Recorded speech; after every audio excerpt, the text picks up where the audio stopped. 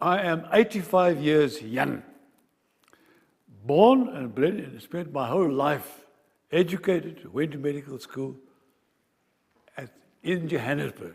I don't smoke. I've also even avoided passive smoking. I eat healthily. I exercise every day while you're still sleeping. Harry is out on the road. I've got a beautiful sylph-like figure. With that combination, you'll live forever. There are nearly 4,000, you see, poisons, okay, that are present in cigarette smoke. Carbon monoxide, say arsenic, acetone, all sorts of chemicals, as I say, which are in fact, as I say, poisonous to a greater or lesser extent, or, as I say, can actually cause cancer. Every part of the body can be damaged or destroyed by cigarette smoke. We can start with the hair. The hair is smelly. They get wrinkles. They get a blotchy skin. So undoubtedly, so say, that cosmetic effect is something that the ladies worry about more than their heart attacks and the cancer and so on. There are three main killers. Number one is heart disease and arterial disease, what we commonly refer to as cardiovascular disease. The mother who smokes is guilty of murdering or maiming her unborn infant. She's more likely to have abortions. The baby is more likely to be stunted. And if she continues smoking after the baby is born, the baby gets infections, the nose, the throat, and so on and so forth. The lungs don't develop. And a terrible thing can happen to the baby, what we call the sudden infant death syndrome, SIDS. You wake up one morning and the baby is there lying dead. Number two is what we call chronic bronchitis and emphysema, where the lungs virtually disappear. And one of the harms of smoking is what we call erectile dysfunction. And that's a very important problem in the male smoker, especially the long-term smoker. Very important problem indeed. It doesn't seem to affect females very much. It's mainly a male problem, and again related, as I say, to the fact that the penis is a vascular, it's a blood vessel organ. And the third one is cancer, mainly of the lung, but of many other organs. But let me also mention there's a problem with passive smoking. Passive smoking can also cause cancer and can cause heart disease and arterial disease. So the things that I've spoken to you about, the three main causes occur after usually years of smoking. The benefits are enormously enhanced, increased.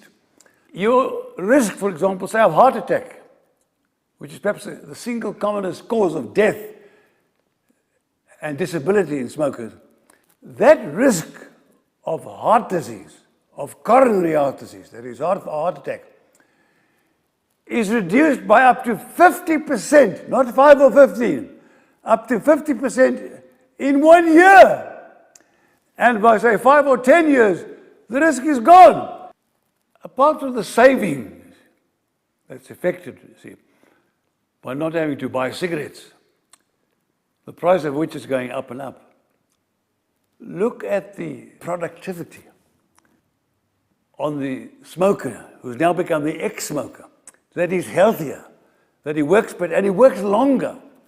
The benefits are not, say, double-fold or triple-fold. They are tenfold. There's health by compound interest. Go back to the time that they start. They start, as I said, because of peer pressure. When they get into crowds, they get into schools, they get into the army, they get into groups, they get into industry. In the old days, they thought it was very fancy to smoke. You understand? You were growing up and so on. You were becoming a big shot. Other people say they smoke to relieve stress. Well, it does relieve stress, but only if it's very temporary, you understand? When you finish with the cigarette, you see the stress is back again. In other words, you're not handling the basic cause of stress. So that's not a very good reason, but it's often given as a reason.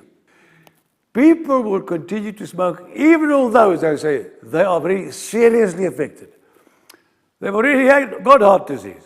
They've got cancer.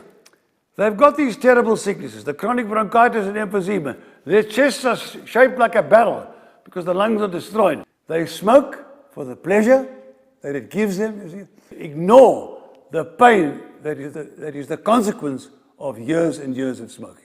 Nicotine is a very, very powerful form of addiction. Worse than heroin, worse than cocaine. Very, very difficult, no doubt about that. There may well be, in addition, an underlying psychological tendency, an underlying psychological predisposition. In other words, it's the soil and the seed. It may be because of very marked stress occurring in their lives, problems, anxiety and so on, wife problems, children problems, and so on and so forth.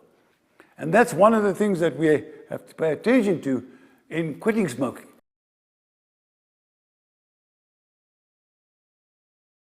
The majority of people want to stop. Perhaps 70 or 80%.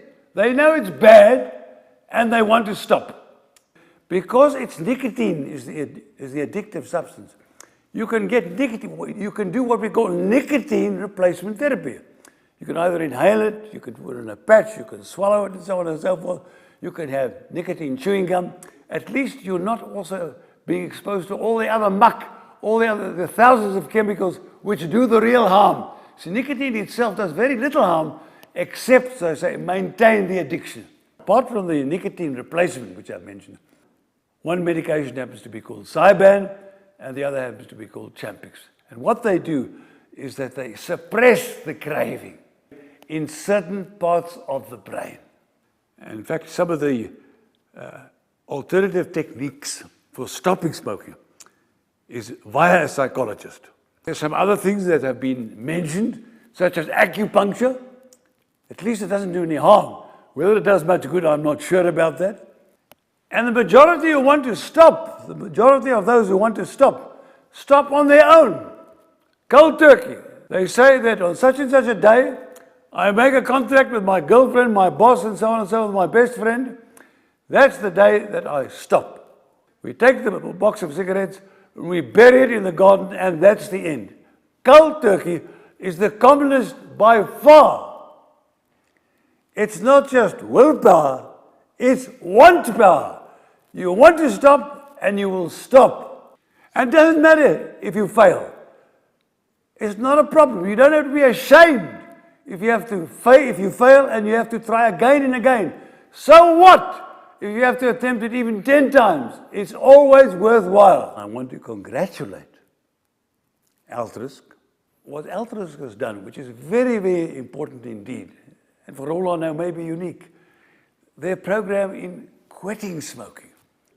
It's a campaign which undoubtedly, as I say, is going to make people healthier. And via health, it's also going to make people wealthier. It's a health and wealth combination. It's a win-win situation. I rest my case.